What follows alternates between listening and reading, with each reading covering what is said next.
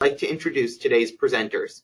As a partner and leader of Bloom's litigation and valuation practice, Frank Rudwitz has more than 30 years of experience conducting domestic and international investigations for fraud, forensic accounting, asset tracing, and other litigation-related matters.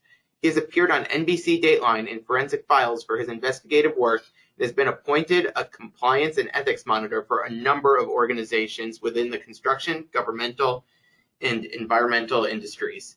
Frank is experienced in expert witness testimony and has testified in matters involving forensic accounting, trade secrets, independent investigations, and security. He lectures and teaches frequently on these topics and is the co-author of Forensic Accounting and Fraud Investigation for Non-Experts, 3rd edition. As a director in Bloom's litigation group, David Grindle is responsible for fraud investigations, litigation support, business interruption analysis, and a variety of other forensic accounting projects. David has over 28 years of professional experience in public and forensic accounting. Having over 16 years of experience as a certified fraud examiner, David has served as litigation support in relation to business and marital disputes, provided expert witness testimony, and has completed forensic investigations of embezzlements, other thefts, and wrongdoings. I'd now like to hand it over to Frank Rudwitz to begin today's presentation. Thank you, Jared. And thank everyone for joining us this morning. For the next hour, we're going to talk about fraud, how to spot lies, either from numbers or from the individuals. We'll try to present as many case studies or examples to illustrate what we're talking about. As Jared said, my background has been somewhat diverse, but since the mid-'80s, fraud has been at the forefront. I had a law enforcement career for many years, investigating fraud. I was the director of security for a bank, investigating financial fraud and the like, and I've been doing the consulting practice for the last 20 some odd years. To begin, I'd like to briefly talk a little bit about what fraud is, just to set the stage of when we're looking at the analysis. As it shows on the slide, intentional perversion of the truth in order to induce another to part with something of value. They want to take what you have by being untruthful. It's deception, it's the intent, it's the confidence wavering, and involves trust. Types of fraud, as you can see on our slide, it's against organizations as well as individuals. I want to talk about the fraud triangle that many of you have probably heard through the years. And that's the three components that must be in place for a fraud to occur. There has to be the opportunity to commit. There has to be some pressure. And the last is rationalization, why you think you did it. What are these things? Opportunities generally provided through weaknesses in the internal controls. The rationalization part is the justification for the fraudulent activity. I can't afford to lose my home. I need some more money. I need to make my numbers for this quarter. And that is the pressure that the organization or your individual circumstances puts on you. Personal vices, financial problems, unrealistic deadlines and goals. The best analogy or example I give on this, showing the three pieces, how many on this webinar has ever rolled through a stop sign? If we're all honest, we've just raised our hand, but think about it. As you come up to the stop sign and you rolled through it, your opportunity is there because there's no policeman around, there's no other cars coming, so you get to roll through it. The pressure is imposed. You're late for your meeting. You want to get to the ball game. You want to go see somebody, and that pressure is pushing you to make sure that you roll through. And the rationalization is everybody does it. No one's coming. No harm, no foul. Those three things were in place for you to commit that incident of the stop sign. But with the fraud triangle, which was the early thing, there's more recent philosophies that there's a fourth component, which is the fraud diamond. That not only must you have that opportunity and incentive, the pressure, and rationalization to draw you to it, the individual has to know that they have the capability to recognize that opportunity and take advantage of it. And there's 6 separate things of traits in the personality of a fraudster. And this is important as we start to talk later about lies. Those 6 capability elements are positioning, intelligence and creativity, ego, coercion, deceit, and stress. Positioning meaning they have to put themselves in the position to have that opportunity, whether it's a position in the organization or within a circle of friends. The fraudster has to have intelligence and be creative to commit the fraud. Most of the time, they have a large ego.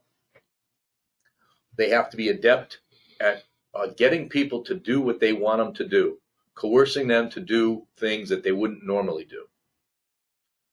They are always adept and masterful at lying and deceit. And lastly, they manage stress. The fraud, as it's being implemented, is a very stressful event, and the ones that are very successful at it are managing it. So if we want to apply this to real life, years ago, it was one of the first frauds I had investigated. We had a school system, a private school system that had called the firm and had an issue, and they had located some theft and wanted us to look further into it.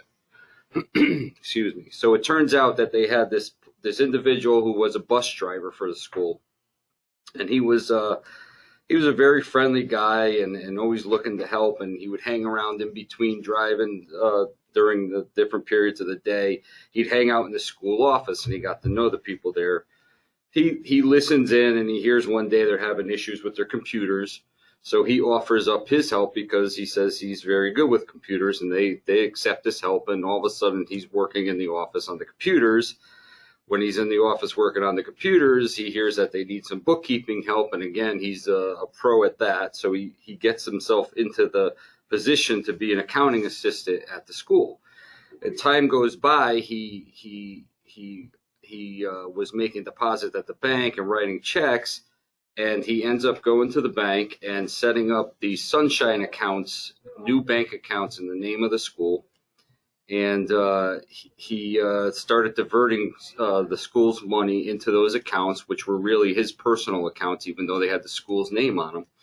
And he would push money into those accounts and ended up spending every dollar that he pushed in there, which came to about $1.2 million over about a 6-year period. So here was a guy, he positioned himself, he was intelligent, he knew how to do things. He had I never met him personally, but I guess he did have probably a pretty good ego about himself. And he coerced himself to do what he had to do and coerced the bank to open up these accounts.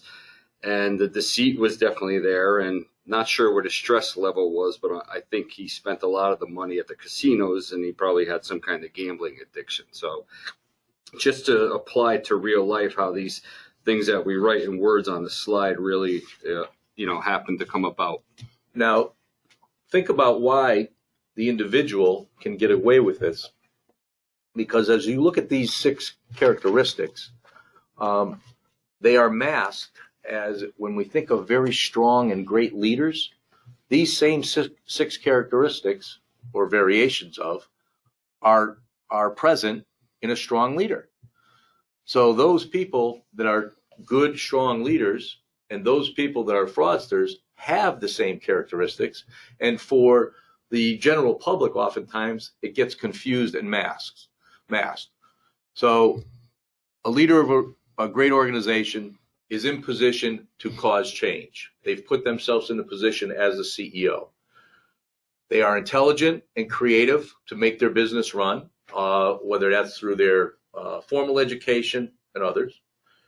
They always have egos.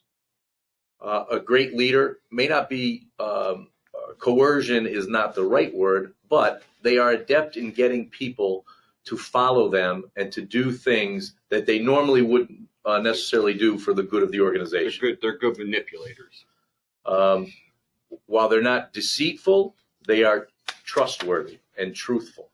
A strong leader is true. His aura and persona gets people understanding that this is he carries the truth.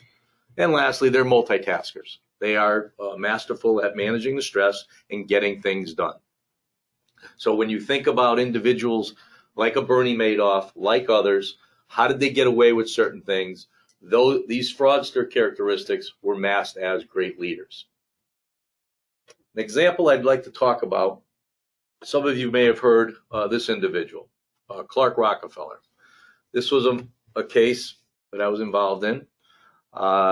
We were engaged during a divorce where Mr. Rockefeller was getting divorced from his spouse, and we were hired by the wife to do an asset trace because she believed that he had been squirreling away some money, and before she would put an offer on the table, she wanted to know, what assets he had. He had claimed he was a descendant of the Rockefeller family, but he hadn't been working, and the wife was making millions at the time. Well, as we started our investigation, it quickly turned to a background investigation. And at the end of the engagement, if you will, our report to the probate court, because there was child custody involved, basically said, we don't know who this person is, but he's not Clark Rockefeller. As we fast forward, the divorce was settled, and later on, during his first scheduled supervised home visit, the wife got sole custody. He kidnapped his daughter in Boston, and he was later found in Maryland under a different identity. As they got his fingerprints and went back through his life, it was found that since the 1980s and early 70s, he had 4 and 5 different personas that he was able to carry out across the country. He started as Christian Carl Gerhardt's writer, a foreign exchange high school student in Connecticut, and that is his real name. He graduated high school and moved on. He later surfaced in Los Angeles as Chris Chichester, where he was able to ingratiate himself into some high net worth individuals, and he told them that he was part of royalty from England, and he was here to get into the film industry. The daughter and son-in-law who lived on the property, he was able to live there rent-free because the widow took a liking to him. The daughter and son-in-law got suspicious and were raising questions, and they disappeared. Chris then left. He later surfaced in New York City, worked on Wall Street for some years, actually managed a fund that, again, he had gained the confidence of his management with a made up name and persona. He then disappeared again because the police were looking for him as a person of interest for the disappearance of the daughter and son-in-law in California. In 1992 timeframe, he resurfaced in New York City as Clark Rockefeller. And that's when he met his spouse. Now, there's been several movies made of him, books and the like, where interviews of his friends and his circle of friends, very intelligent, high net worth individuals who all thought the world of him. Some of them started having questions, and he would talk enough about different topics. One thing that he said is that he was a physicist, and he had done some work for foreign governments. And how many people do you know can carry on a lengthy conversations about physics? He knew enough to get people that when they had questions, get it to a certain point that they would then back off. And what we found on this, throughout his career and his life, he was able to find people, and that even when they had questions, they would then start questioning themselves, because they'd say, well, he's a friend of Frank Rudowitz. He must be a good guy. So they don't ask any more questions. And he would always bring up his background and his family background. And if there's one thing that came evident with this case, is that the more money people think you have, the less questions they tend to ask. And he was able to exploit that. He was convicted of his kidnapping of his daughter, and then he was recently, several years ago, convicted of the murder of the son-in-law and daughter out in Los Angeles. But here was an individual that showed all of those characteristics, and it's fascinating as a case study in that his contingency planning was fabulous. He would bring people down a certain road, and if it got too hot, he knew he was able to divert into a different area. Now, whether that was purposely planned or just something they did on the fly, I don't know. For example, when we were doing his background, I never got to interview him, but through his attorneys and through different affidavits, we would chase down certain things to find out who he was. And he would have stories that his parents were died in an automobile crash early on. So he was raised by an aunt and uncle, and he had the name of that aunt and uncle. The uncle had since passed away. And as we wanted to go interview the aunt, she was in a facility with dementia in Virginia. So we couldn't interview her. He next said that his birth date, he never worked, so he didn't have a Social Security card or a driver's license, at least his explanation. He said that his birthday was February 29th, 1960, leap year. And he remembers being born in New York, that he was told, but he doesn't know where. We got him to sign an affidavit allowing us to go get his hospital records. And it was a notarized affidavit signed.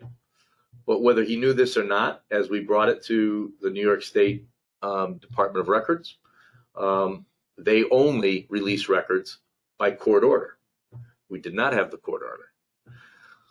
Next, as he said, he was born a Rockefeller, February 29, 1960. Well, sure enough, there was a Rockefeller born in New York State on February 29, 1960. It was just a different Rockefeller. He had us chasing down these paths, wasting time and getting to a certain point, and when it was a dead end, he would then divert with some other story. Fascinating study. And again, there's many movies out about him or books if you want to follow up. And some of the video clips of him speaking, and he still, after he was convicted, stayed in persona that he was Clark Rockefeller. Okay, let's move on to, and that's just a basic backdrop of fraud and the mechanisms of them. Now we're going to go into, okay, what do we look for to see on the books and records? How do we know when the numbers aren't necessarily telling the truth? And this comes up a lot with many of the things that we do in litigation, whether it's a matrimonial divorce, a business valuation, some shareholder dispute, commercial dispute. We're looking beyond the numbers to see what are they really saying. So when we get calls from potential clients, looking for our services, they explain what's going on, what their need is. And one of the first things that we'll do is ask them for copies of tax returns and financial statements. But one of the things you want to do before you even dig into those numbers is understand the environment that the entity has, the attitude that management has. Is, what kind of situation is this? Do they have a lot of pressure to show strong financial statements? They need to make the bank happy, or they have shareholders. Maybe they were looking down the road to sell the company. There could be potential investors. If you notice that it looks like the operations aren't doing too well, they're going downhill. Is it due to management's poor, running of the company, or is it just that the economy is bad? Could it be that the industry is becoming a dinosaur? So, is it a Blockbuster video store from 10 years ago, 12 years ago, and it's not something that's in fashion anymore? And this goes to the professional skepticism that we would look at as we're starting to look at the numbers. If we have this now and some of these things are in place, that's going to make us look even a little bit closer at what the numbers are telling us. Right. If we see management takes a lot of risk, they're a loose cannon type person, or are they very conservative, and is it highly unlikely that they would probably do something to defraud and make the statements look better or worse depending on the situation? So in the environment where somebody's trying to make the financial statements look better, they're looking to increase assets and revenues, or they're looking to either decrease liabilities and expenses.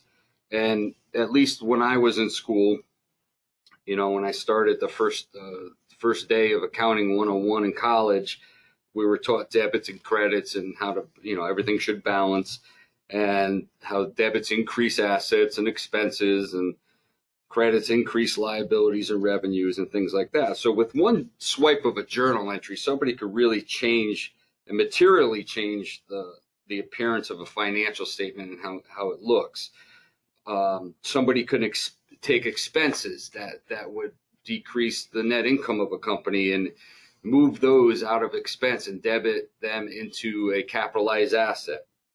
And there's been some very big frauds and famous frauds that basically was the only thing that was going on. It wasn't anything that was mind-blowing, or it was a very simple fraud. You could increase your inventory, which would decrease your cost of goods sold, which would increase profits. Increasing receivables by posting fake sales. Or you could just take a debt on the balance sheet and reclass it into equity. So debt's bad on a financial, equity's good. There are environments where somebody may want to show a poor financial statement, and this typically will get a lot of calls. Frank probably gets more than I do. Somebody is getting divorced and their spouse owns a business, and they start saying, well, over the years, the spouse put a lot of personal expenses through the business, which, they received the benefit as well. But now all of a sudden they don't know anything about it, but they suspect it, or that the business had done very well, and up until 2 or 3 years ago, it started to do poorly, and they feel that the spouse is trying to make it look poor on purpose because they know they have an upcoming divorce and they don't want a big alimony or divorce settlement to pay out. You'll see this a lot in cash-based businesses. One of my favorite stories was a divorce we had, and it was a restaurant, diner facility. And as we got the numbers to do a valuation for a split of the assets, the spouse, our client, looked at it and she said, geez, I thought we were doing better. This numbers just don't look right. So we had their official tax returns and P&Ls and everything, and that's what it was. So I said, well, let's do this. Why don't we do what Tony Soprano would do? Let's count some customers. And we set up a surveillance team. We had the paperwork. We set up a surveillance team over a period of time to count how many customers were going in to the facility and eating and the like.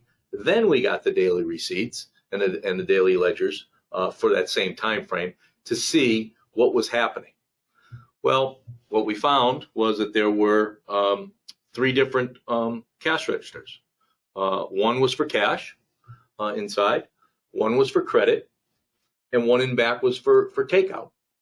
Well, it wasn't to take out food; it was to take out, and that's where the money was bleeding away from it. One spouse, the husband at that time, obviously wanted to make sure that the revenues in this business didn't look like it was doing so well, while the other one wanted more money out of their split. And it's not always that's the case. There's other cases where you want to make a financial statement look weak. It might be you have no bank financing or investors to please, so why show large profits and pay a lot of tax? Or you may want to just decrease its value to buy out other shareholders at a lower price. We've had situations like that where somebody's really, killing the financial statements and then going to their partners and saying, "Hey, listen, it's not looking good. I'd be happy to buy you out, but at this cheaper price, obviously." The footnotes of the financial statement are something that a lot, accountants spend a lot of time on preparing them and really sweat over the wording. And, we have a lot of guidance of what we're supposed to say. But I think the average reader probably looks at the balance sheet real quick. They spend most of their time on the income statement. They probably fly right through the cash flow because a lot of times they don't understand it. And they see the notes and they look at some of the schedules and say, okay, and they put it in their drawer. But there's a lot of information in those footnotes that could indicate that the numbers may have some issues. And sometimes those footnotes on audited financials can be characterized as almost a CYA for the audit firm. They've seen some things, they've gotten some explanations from management, and they're putting in a footnote in case something isn't what it says it was, and they're putting it on notice. One of those things, like that, the second point there, the economic concentrations or dependencies. So, we're required to disclose if there's how many customers make up, a large percentage of the company's sales. So if you have 2 or 3 companies that are clients, customers, it could even be in some situations it's 1 or 2 or even 1 that make up 90% of the company's sales. Well, if that one customer walks away, that company is worthless now.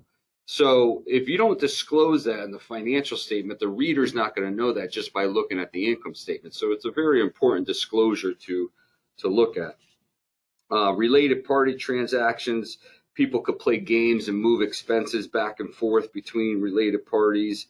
And then just changes in accounting policies could show that people are trying to get creative and change the way they report things.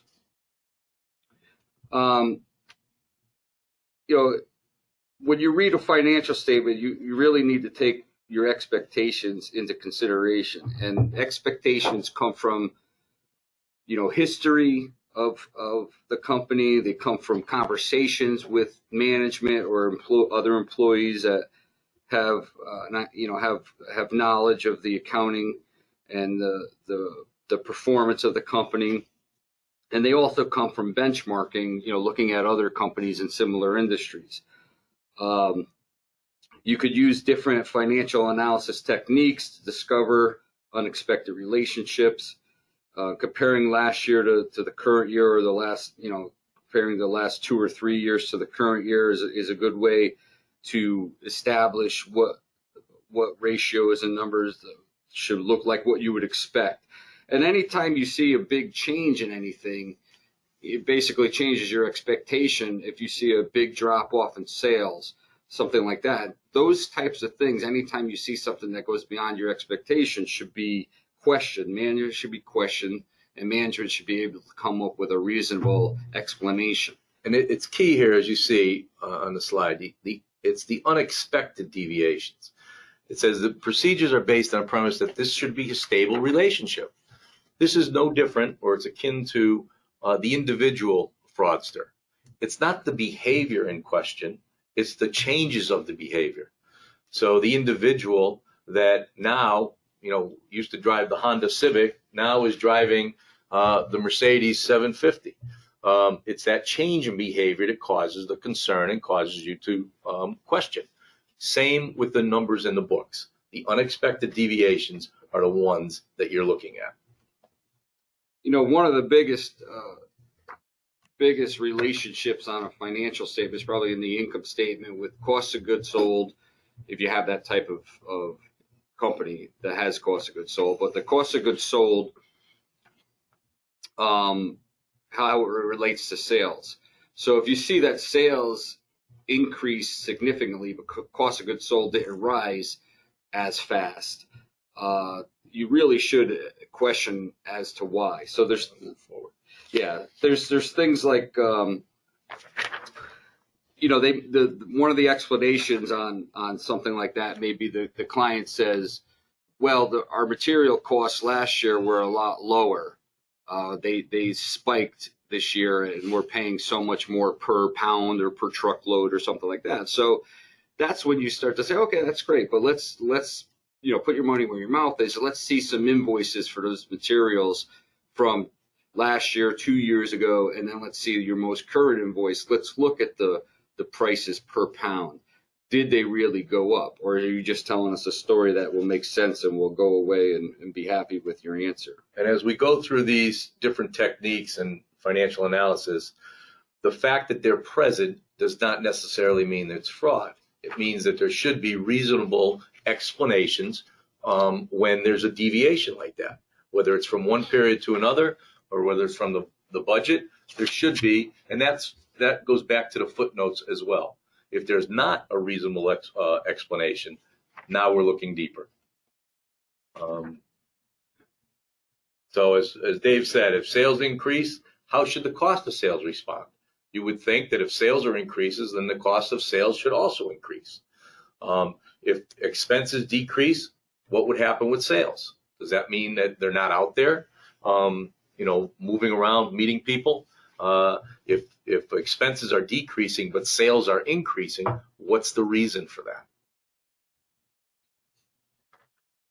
So ratios are another way to look at the financial statements and try to come up with indications that there may be fraud. A healthy company usually stays pretty consistent. You'll see some growth in sales, and if you see a really large growth in sales, they usually have a very good explanation for it. They may have started a new line, or a line that they had started a few years ago is really taking off. But sudden changes in the norms could really be a huge indication that something's wrong, and that's really when you need to dig in and not only get answers but get evidence that corroborates what management is saying and make sure that they're not just telling a story.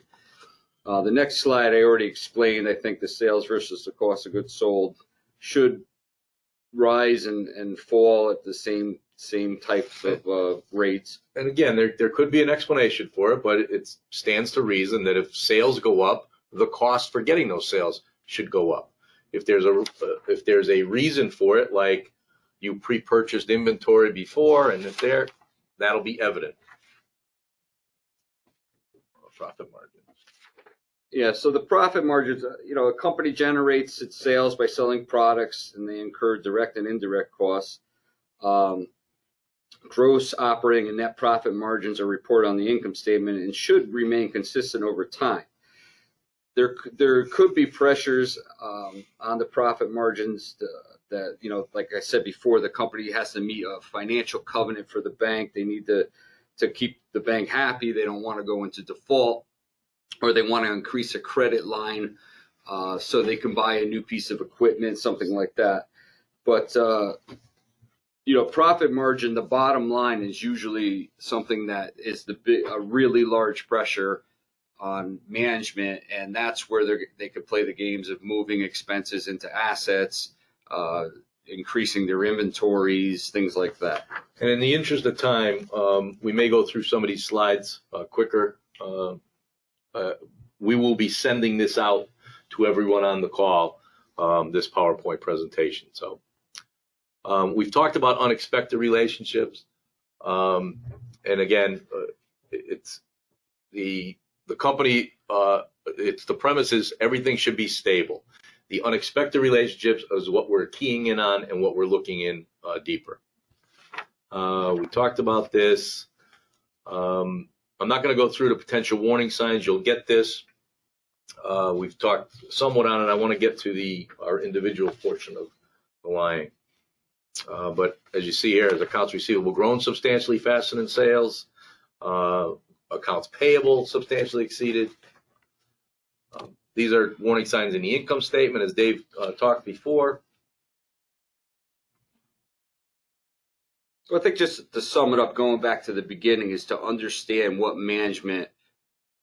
kind of pressures management is under, which could indicate the type of fraud that they potentially are showing in the financial statements, whether it's increasing revenues or decreasing revenues.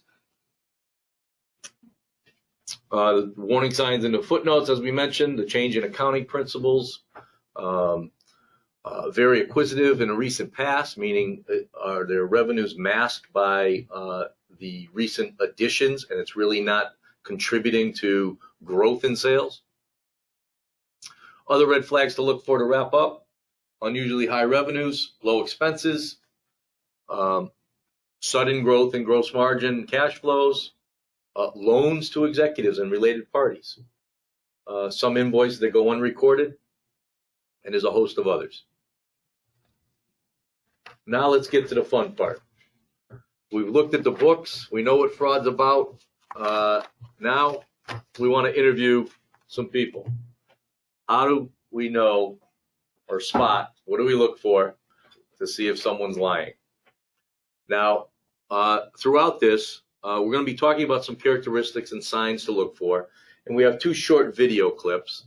And I'll put the caveat out now, is in the video clips, there are images of real people, some of which are politicians on both sides. This is not in any shape or form an indication that we are telling you that they are lying.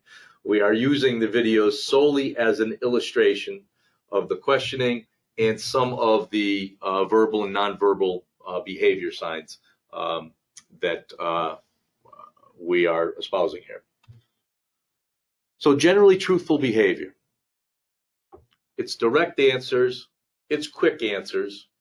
Generally, people are attentive and interested, non-verbally engaged, eye contact, and there's verbal and non-verbal consistency.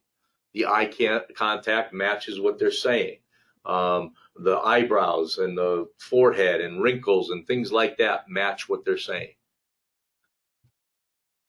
The obstacles to detecting this. We, as humans and people, we have a tendency to believe people.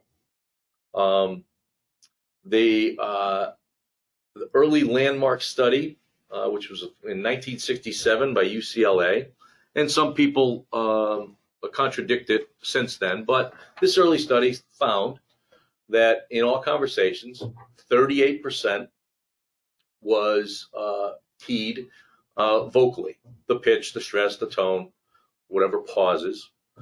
55% was facial, the expressions that go along with it. And only 7% was verbal content. All of this meaning what people would take to believe as truthful and as they look at. 7% verbal. The rest was visible and nonverbal.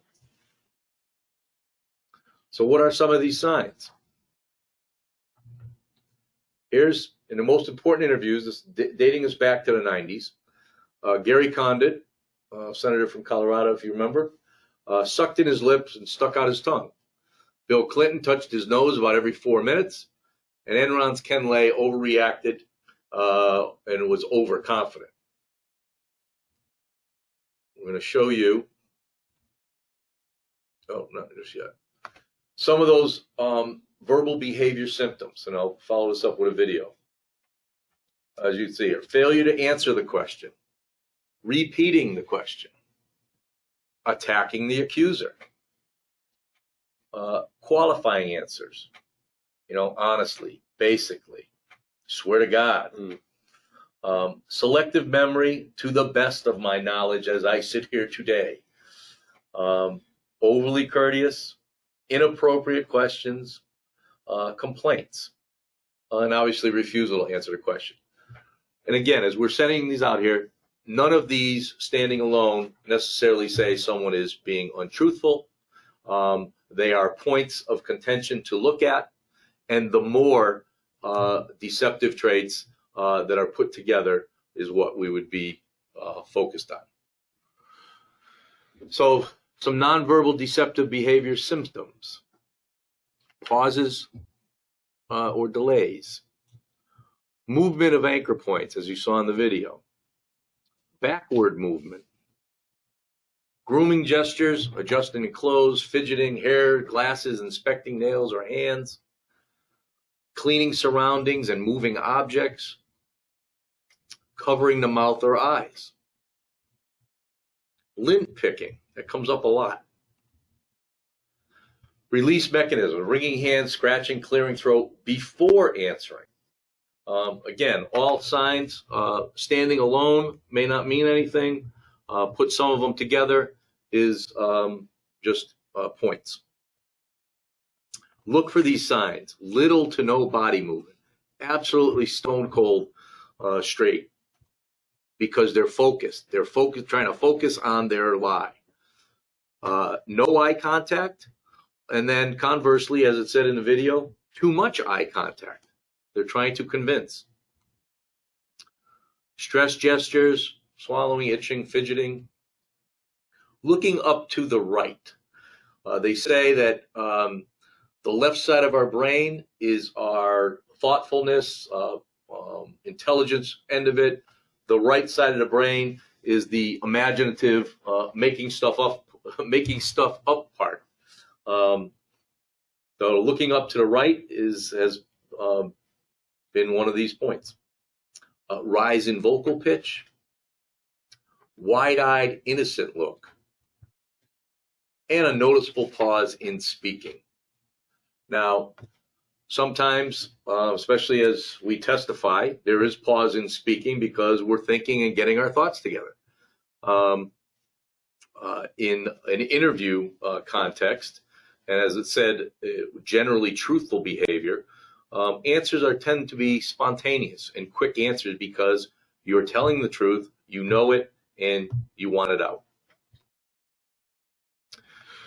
I had one case, and I put this one slide in, where I was engaged to put a training plan together for a public company for executives that they wanted to know, how can you tell if someone's lying on the phone? Now, it wasn't because the executives were interviewing people. It was because they read an article, I believe it was in the Wall Street Journal, about stock analysts, as they did the quarterly calls with CEOs of public companies, had gotten training on how to tell when a CEO was lying. And the executives wanted to know what buzzwords to stay away from and what are some things that they needed to be aware of so it wasn't thought that they were lying.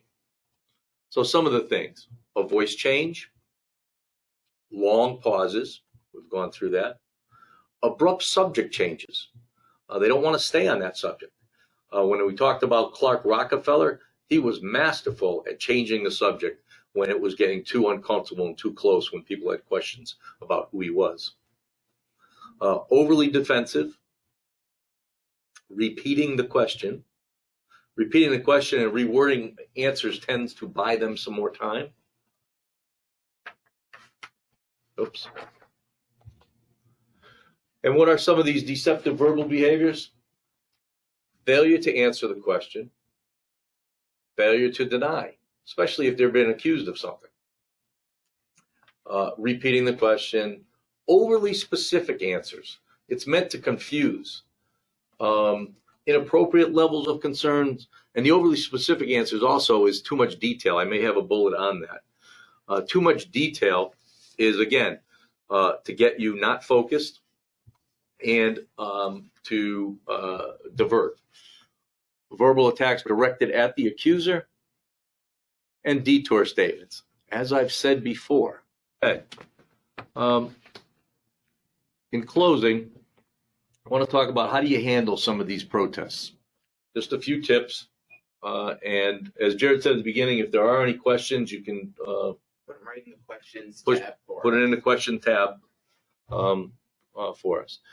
So protests, what are they? They're statements to convince rather than convey. They're not trying to give you information. They're trying to convince you of what they want to say. When this happens, you count each protest as a separate symptom of a potential cluster. So just one standing alone doesn't necessarily show deception, or may not necessarily show deception, but a bunch of them together. You disarm these protests by agreement or acknowledgement. I'm glad you said that, and you follow up with redirecting back to the question. Or, I know Acme is a great company, but, and then you retain each protest as a tool of influence to elicit information. Again, remembering that the statement made in response to a question, it's designed to convince rather than give you the information that you're seeking. Protest statements are the most powerful and effective way to deceive. As I said, you count it each as one indicator, neutralize through agreement or acknowledgement, use an elicitation. Some of the protest examples I said, I knew you were going to ask me that. My reputation is above reproach. Or as we get a lot, when you say, ask a direct question. Did you steal the money? And the answer is, why would I steal the money? I've been here for 20 years. My reputation's above reproach. Why would I steal the money? Now, what happens there? They didn't answer the question. The question was simple. Did you steal the money? It's a yes or no answer. They've diverted with these protest examples. And again, counting each one as a separate. At the end of the interview, if you're questioning, you put those all together and decide or make a determination whether additional information is needed, or there are indications of deception showing fraud. One other point is not conducting an interview looking for truthful behavior. Truthful behavior can be easily imitated or replicated, and as I say here, watching for truthful behavior may cause us to miss the deceptive symptoms. We're looking for the deceptive indicators, and then we can evaluate at the end.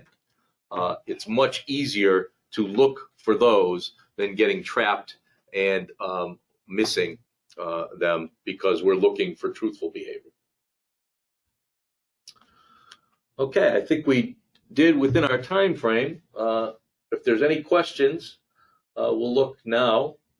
Yeah, Frank, one question. If you start to pick up on some of these signs, when do you make that move to start investigating? Is it as soon as you start to see some of these signs? Do you wait to see a pattern of it? When would you recommend someone start to look into these? Well, each situation causes a different plan.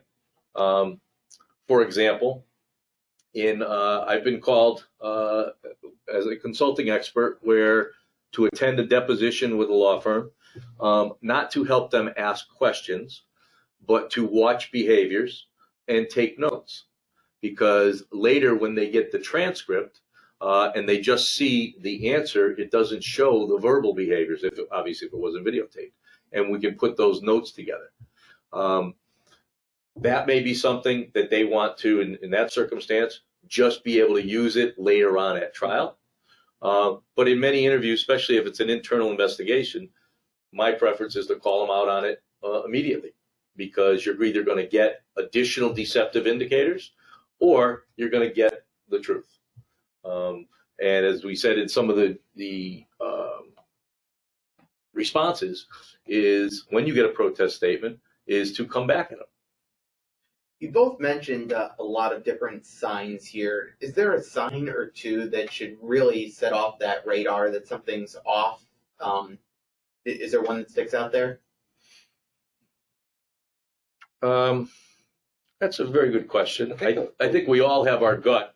We know when someone is BSing. The looking away, if you ever notice, if you have kids and you say, who broke the glass or who, did whatever, they can't look you in the eye. And you already know the answer. Somebody did it.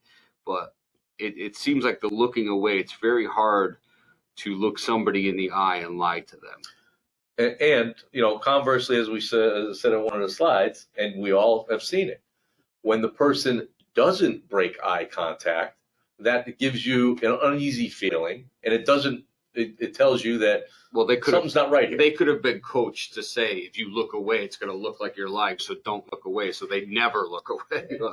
And again, the one side, to be careful not to get cornered into thinking that one indicator, one sign proves deception. Mm-hmm. It is the whole totality of it and the other indicators and deceptive signs that we put together. Perfect. This is another question here. When you see someone commit an act of fraud, are a lot of these fraudsters repeat offenders? Do you see a lot of that out there? Most fraud, they're repeat in the sense that they're ongoing. As we talked about stress, so let's use an example of an embezzlement, defalcation out of your company. Someone has that opportunity and pressure and rationalization to steal the money because they're not getting paid enough. They have some bills coming forward. Other people got big raises. The boss makes raises, so they do that. And it's easy. They get away with it. So they only take a little bit. The next time they take a little more and a little bit more, and they just keep going. So in that sense, it is repeat. I would think what we've seen also is that when the fraud is over for individuals that aren't necessarily repeat offenders, meaning this is the first time they've done it, even though they've done it for a year, it is a stress relief for them. They haven't been able to keep up with the stress because they had to keep perpetuating the fraud, otherwise they'd be found out. The fraud triangle actually came about from studying cases of first-time offenders. What made that good person go bad? But the problem with knowing whether somebody's a first-time offender or not is a lot of times fraud does not get reported for many reasons. One, the person may have never got caught. Some people they only have borrowed time. They move on and they go to another job and they never get caught. Two, the person did get caught, but the company doesn't want to report them for one reason or another. It could be bad press, makes the company look bad. They just feel bad for the person. I've seen that.